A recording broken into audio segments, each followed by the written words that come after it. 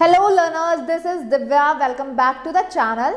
आज की क्लास में हम लोग डिस्कस करने वाले हैं, क्या करेंगे, बैलेंस शीट। ठीक है, हम लोग शेयर्स की बैलेंस शीट पढ़ने वाले हैं जो आपके एग्जामिनेशन पॉइंट ऑफ व्यू से जो भी बच्चे अपेयर होने वाले हैं 2023 बोर्ड एग्जामिनेशन के लिए, उनके लिए है ये बहुत ज़्यादा इंपॉर्टेंट। आपका 4 मार्क्स का क्वेश्चन आता है, बहुत सिंपल है और इस वीडियो में आपको ये पूरा का पूरा कॉन्सेप्ट बहुत ही सिंपल तरीके से क्लियर होने वाला है। ओके, तो without wasting any time topic को स्टार्ट करते हैं। वीडियो को एंड तक देखना, तभी आपको ये पूरा पूरा कॉन्सेप्ट क्लियर हो पाएगा। ओके, तो देखो हमारे को पढ़ना क्या है, बैलेंस शीट।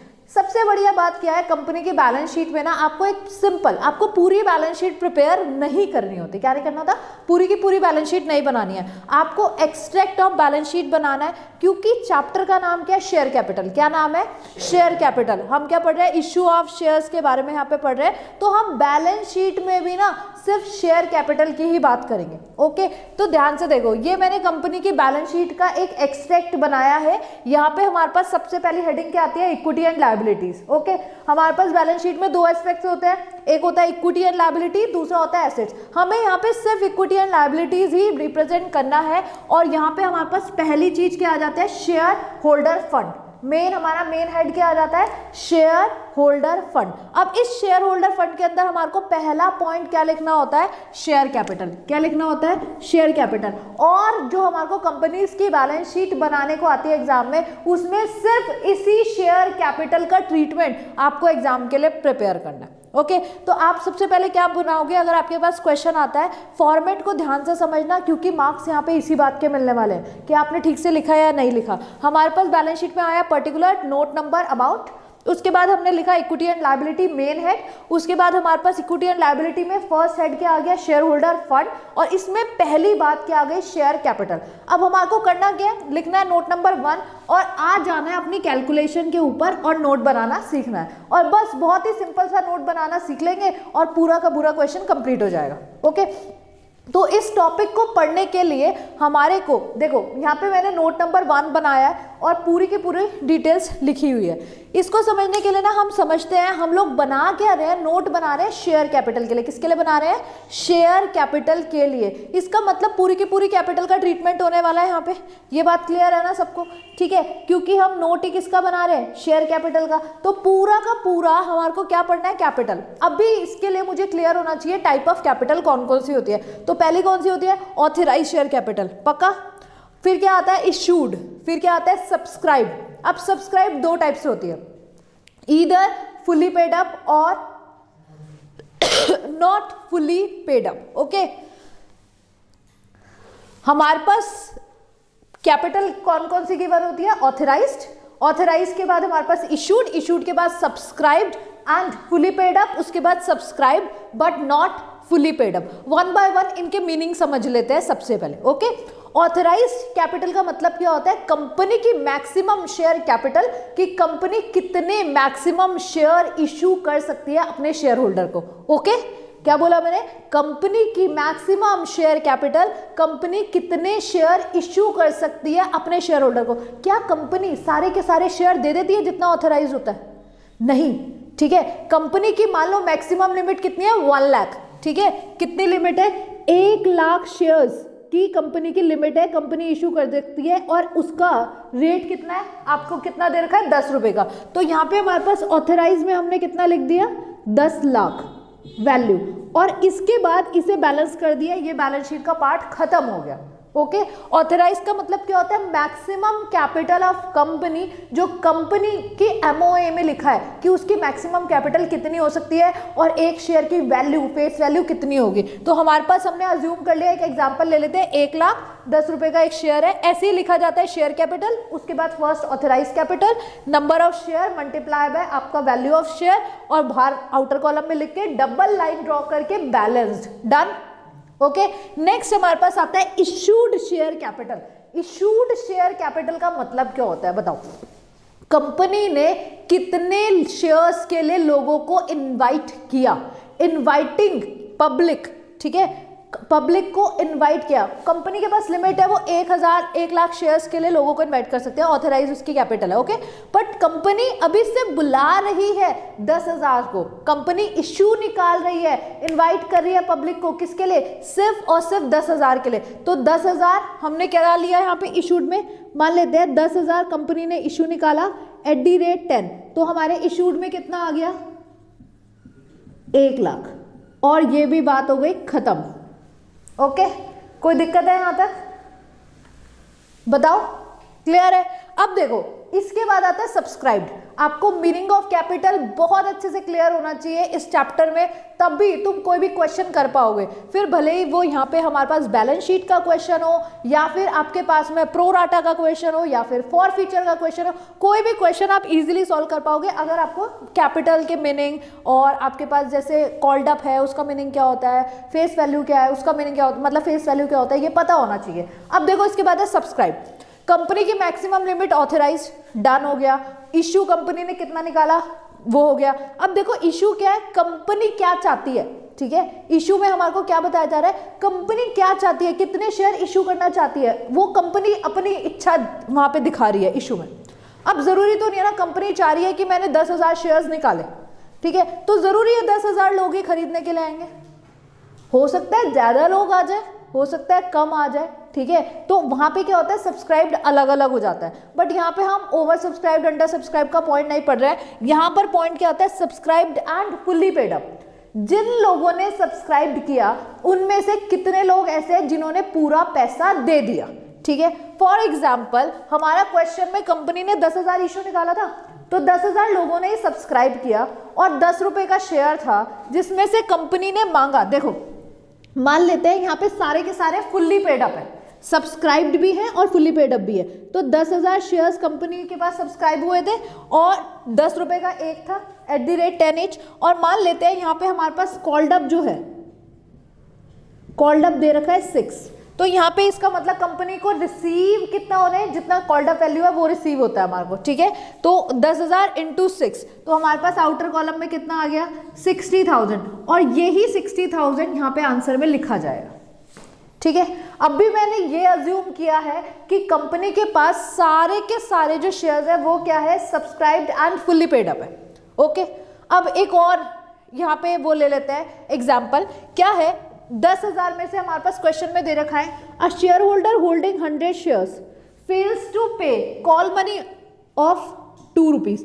2 रुपए की उसने कॉल मनी पे नहीं करी, जिसके पास कितने शेयर्स हैं, 100 शेयर्स हैं, कितने शेयर्स हैं, 100 शेयर्स हैं, उसने क्या नहीं पे किया, कॉल मनी पे नहीं किया, ओके। तो अब आपको क्या करना है, देखो अपनी जो 10,000 शेयर्स है ना उनको 2 पार्ट्स में डिवाइड कर लो, ठीक है। 2 पार्ट्स मतलब कुछ शेयर होल्डर ऐसे हो गए जिन्होंने सारे पैसे दे दिए और कुछ शेयर होल्डर ऐसे हो गए जिन्होंने सारे पैसे नहीं दिए। अब मुझे बताओ कितने ऐसे हैं जिन्होंने सारे पैसे दे दिए होंगे?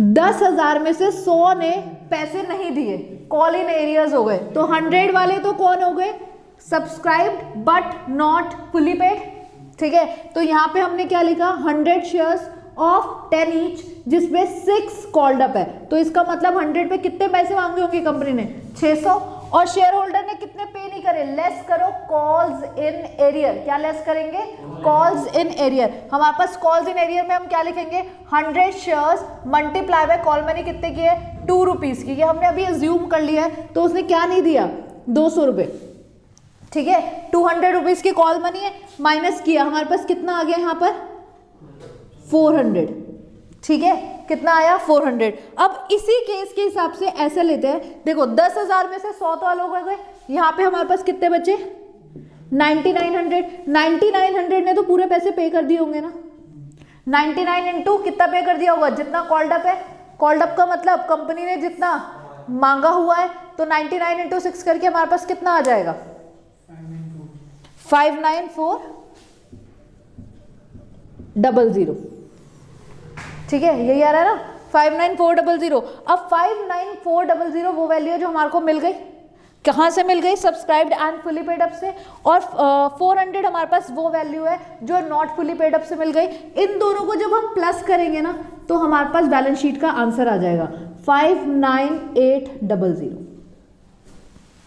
ठीक है। आंसर क्या आ गया, 59800। 800। बताओ ये कॉन्सेप्ट क्लियर हो गया? पक्का? एक क्वेश्चन देख लेते हैं फटाफट से अब इसी से रिलेटेड। ओके,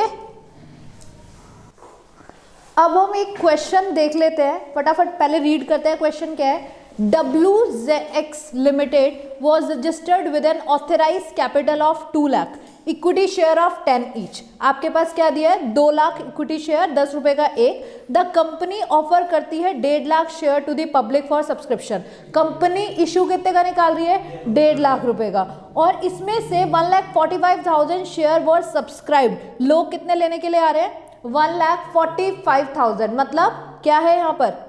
अंडर सब्सक्राइब्ड का क्वेश्चन है, ठीक है। All calls were made and were duly received accept the final call of 3 on 5,000 shares. सिर्फ कुछ लोग ऐसे हैं, मतलब टोटल हमारे पास कितने लोग लेने के लिए आए? 1,45,000। इस 1,45,000 में से हम कितने लोग ऐसे हैं जिन्होंने सारे के सारे पैसे दे दिए होंगे? 1,40, ठीक है, और रिमेनिंग 5,000 ने पेमेंट नहीं की होगी, ठीक है। तो ये देखो, अब ना क्वेश्चन को ना सॉल्व करते हैं वन बाय वन, ठीक है। हमारे पास बैलेंस शीट का फॉर्मेट है। यहाँ पे देखो, हमारे को बनाना क्या है? इक्विटी एंड लायबिलिटी मैंने मेंशन किया है, उसके बाद share holder fund, share capital, note number 1। सबसे पहले क्या है? Authorise capital. हमारे क्वेश्चन में ऑथराइज कैपिटल कितनी गिवन है बताओ? 2 lakh equity share of 10 each. तो हम सबसे पहले क्या लिखेंगे यहाँ पे? 2 लाख इक्विटी शेयर्स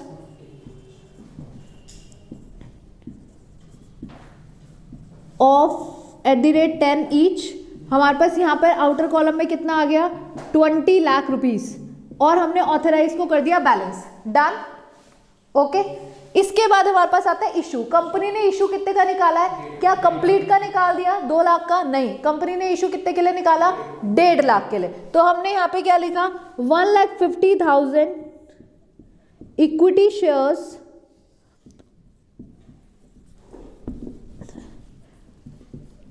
ईच के हमने इक्विटी शेयर के यहाँ पे वैल्यू निकाली। तो वैल्यू कितनी आ गई हमारे पास? 15 लाख। सही? पक्का? अब देखो, 1,50,000 के लिए कंपनी ने इनवाइट किया। कंपनी ने कितने के लिए इनवाइट किया? 1,50,000 के लिए। बट लोग कितने लेने के लिए आए? 1,45,000। इसका मतलब सब्सक्राइब कितने लोगों ने किया? 145। अब चेक कर लो, जब भी सब्सक्राइब वाला पॉइंट आ जाता है ना, अब चेक कर लो क्या सब लोगों ने पैसे दिए कि नहीं दिए? 1,45,000 में से देखो क्वेश्चन में क्या दे रखा है?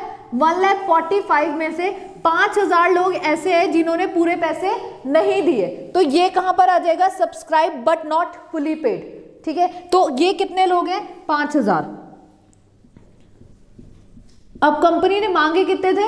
10, ठीक है। तो हमने यहां पे लिखा मल्टीप्लाई करके कितना? 50,000। अब उसने क्या पे नहीं किया? एक मिनट, 50,000 शेयर्स ऑफ 10 ईच। तो हमारे पास कितना आया यहाँ पे?